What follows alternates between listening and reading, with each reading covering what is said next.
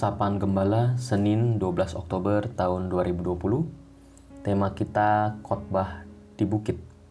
Diambil dari Matius pasal 5 sampai dengan pasalnya yang ke-7. Khotbah di bukit ini adalah khotbah yang berada di dalam Matius 5 sampai dengan yang ke-7. Canon Liston mengatakan bahwa khotbah di bukit ini adalah bagian asli dari intisari kekristenan.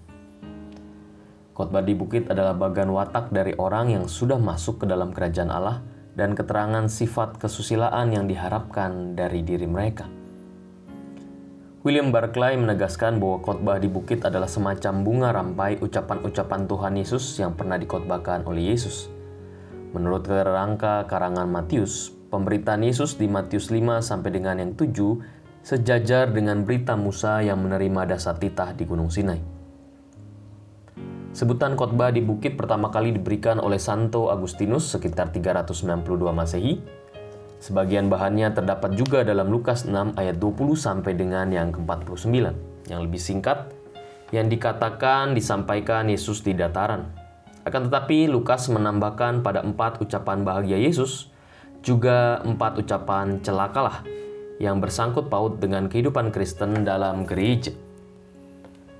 Khotbah di bukit ini adalah suatu bagian integral dari keseluruhan Injil, tetapi dapat ditinjau sebagai satu unit khusus. Bagian pertama, Matius 5, 1 sampai dengan yang ke-12, terdiri dari 9 ucapan bahagia atau berkat, yang menyatakan bahwa dalam kerajaan surga atau Allah akan ada pembalikan nilai-nilai secara besar-besaran. Ucapan-ucapan bahagia disampaikan dalam bentuk indikatif, bukan imperatif. Ucapan-ucapan itu adalah penyataan mengenai suatu kehidupan yang sama sekali lepas dari suatu persekutuan tertentu, baik Yahudi ataupun Kristen. Berlaku untuk semua orang. Para murid disapa, tetapi juga orang banyak. Imperatifnya tentu ada. Bagaimana para murid harus mengikuti kehidupan ideal dimanapun.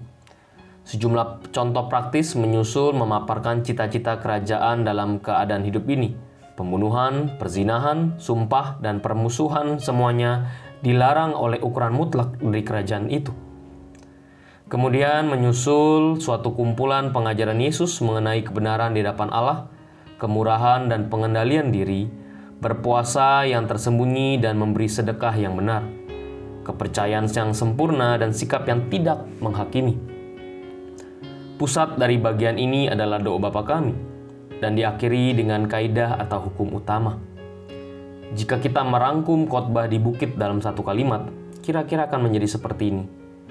Bagaimana seseorang bisa menjalani hidup yang ditujukan kepada Allah dan untuk menyenangkan Allah, bebas dari kemunafikan, penuh dengan kasih dan anugerah serta hikmat dan kearifan.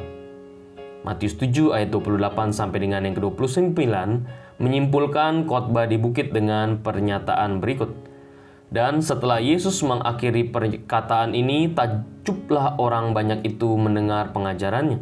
Sebab ia mengajar mereka sebagai orang yang berkuasa, tidak seperti ahli-ahli Taurat.